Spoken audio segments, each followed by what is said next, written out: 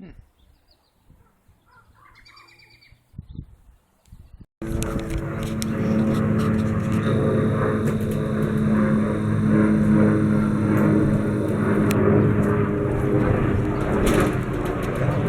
it's over near the fuel pumps. It's the Maui Chopper 500D from Vista 1.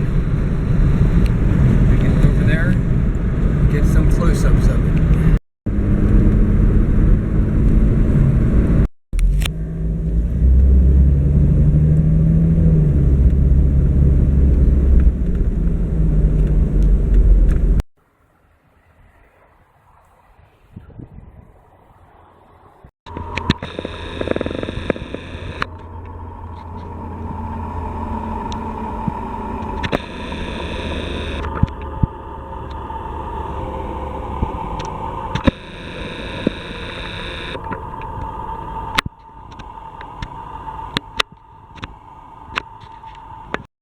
Also all yellow like that.